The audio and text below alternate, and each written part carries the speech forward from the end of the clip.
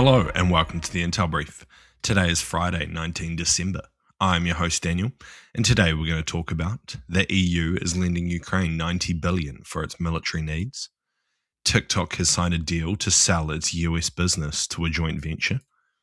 And the European Courts of Justice have ruled Polish top court breached the EU fundamental values.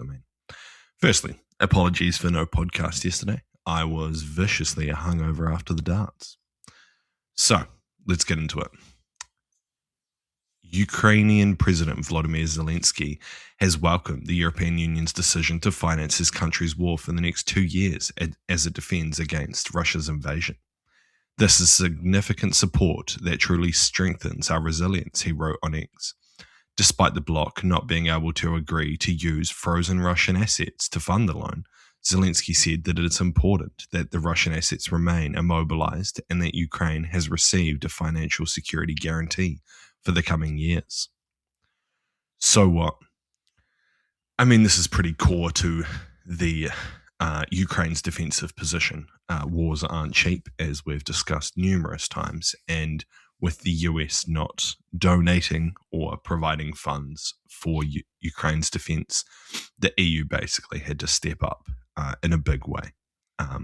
Hopefully this is enough money to, give Ukraine what it needs and to purchase this from the United States as their primary supplier of weaponry. But also, hopefully, European defense companies step up and start providing more and more defensive equipment and also offensive equipment. I don't know why I'm saying it in that way.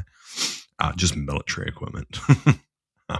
But yeah, I know it's a lot of money. And this, I'm sure there's going to be a lot of criticism from a lot of people saying that, this is just a black hole, that we're just pissing money against the wall. But as I've talked about many times, in my opinion, the defense of Ukraine is extremely important for just peace and security globally.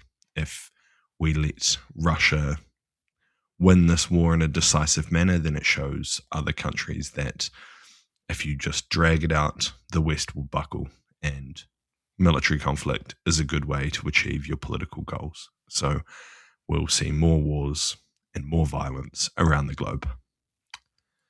But that's my opinion. And next, TikTok signed a deal on Thursday to see 80% of its US assets sold to a group of investors. The deal ensures that the social media platform can continue to operate in the United States. The sale means that TikTok will avoid a US government ban and remain available to more than 170 million users in the United States, the company's CEO told employees.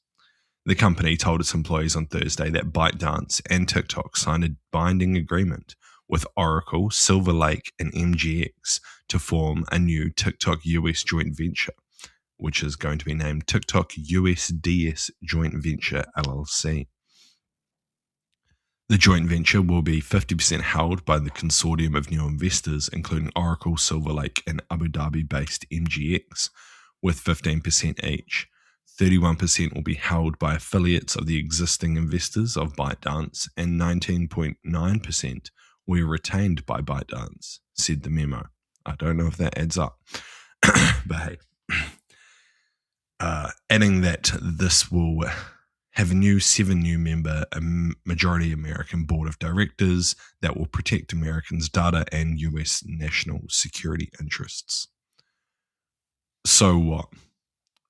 Firstly, I think that Europe and the rest of the world also needs to get involved in something like this, because TikTok is an extremely powerful tool in the hands of a foreign adversary who wants to manipulate the way people think. This is just through how the algorithm works. I think that no country should control the media that is pushed to your citizens, because it is extremely dangerous. But that is it's the way of the world now, isn't it? But yeah, I don't know. This seems interesting. I wonder how it'll be received by the American public and the American security apparatus. No doubt Trump has got his little fingers in here and got his cut of the pie somehow, because that's kind of what it looked like to be for a long time. But I don't know. Interesting. I guess TikTok's not going anywhere and not much is going to change. And lastly, Poland's Constitutional Tribunal has breached the core principles of the European Union law, the European Courts of Justice ruled on Thursday.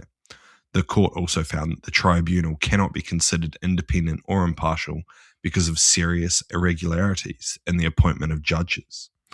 The tribunal, dominated by judges appointed under the former Nationalist Law and Justice Party, had previously declared Poland's constitution superior to EU law, ignoring ECJ decisions and case law.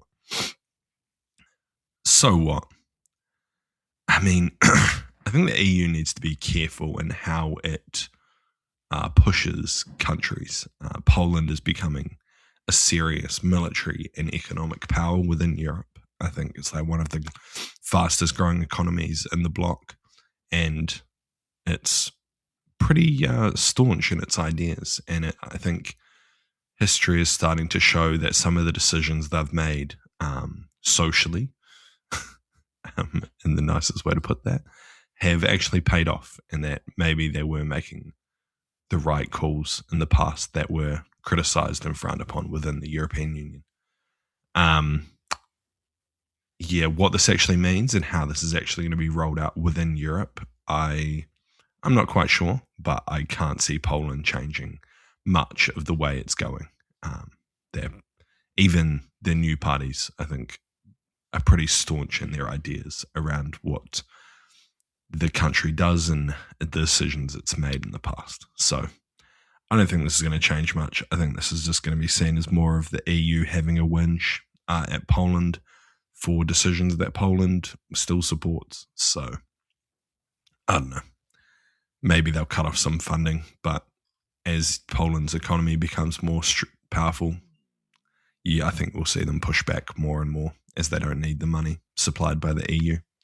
So, anyway, that's been the Intel Brief. I've been your host, Daniel, and I'll see you again tomorrow. No, Monday. See you.